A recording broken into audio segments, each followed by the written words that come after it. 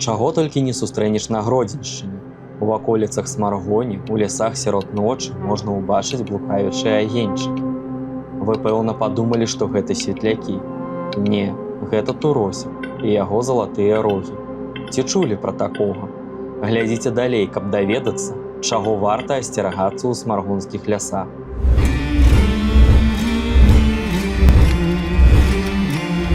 Туросік – дух лесу, у выглядзе магутнага тура, старажытнага дзікага быка, у якога рогі ззяюць агнём ды золатам.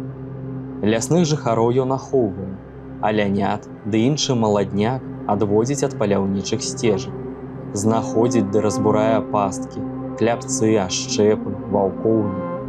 А людзей Туросік наадварот не любіць.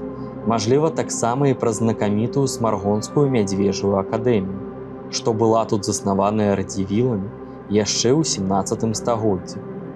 У ёй мядзведзяў дрэсіравалі танчыць, выконваць простыя каманды, кланяцца важным гасцям, такім як Карл XII, які некалі наведваў гэты горад. Таму Туросік заваблівае людзей у непраходную багну за такія здзекі. І вельмі цяжка не пайсці за ім, бо чалавека, бо матыля, вабіць бліскучае залатое святло.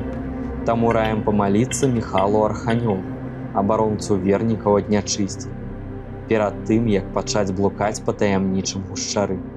Гэта можна зрабіць у смаргонскім касцёле, пра які хутка і пойдзе гаворка.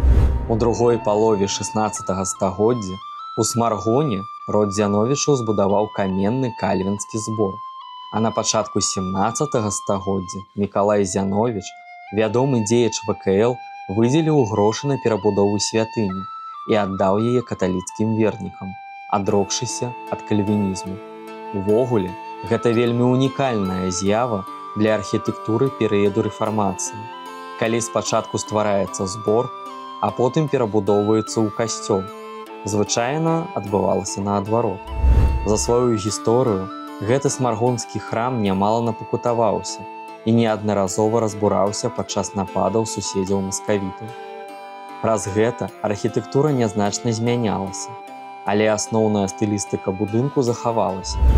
Асноўны аб'ём касцёла мае васьмігранную форму, да якой далучаецца вежа-званіца. Візуальна касцёл падзелены на два ярусы. Ніжні, большага памеру, з арачнымі вокнамі і без асаблівага дэкору. Верхні ярус упрыгожаны вытанчанымі нішамі і пілястрамі. Яшчэ адна цікавая дэталь у архітэктуры – гэта невялікая вежа з байнічкамі, справа ад галоўнага ўваходу.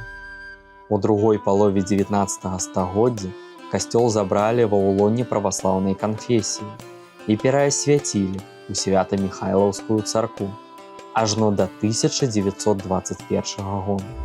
Касцёл забралі ва ўлонне праваслаўнай канфесіі і пераасвяцілі ў Свята-Міхайлаўскую царкву ажно да 1921 года. Але пасля распаду СССР храм вярнулі вернікам. Дарэчы, а ці ведалі вы, што блізу Смаргоні месціцца сядзібна-паркавы комплекс Міхала Клеафаса Агінскага, знакамітага беларускага кампазітара? У наступнай серыі вас чакае цудоўная вандроўка ў Залессі. Таму, каб не прапусціць яе, абавязкова падпішыцеся на наш канал.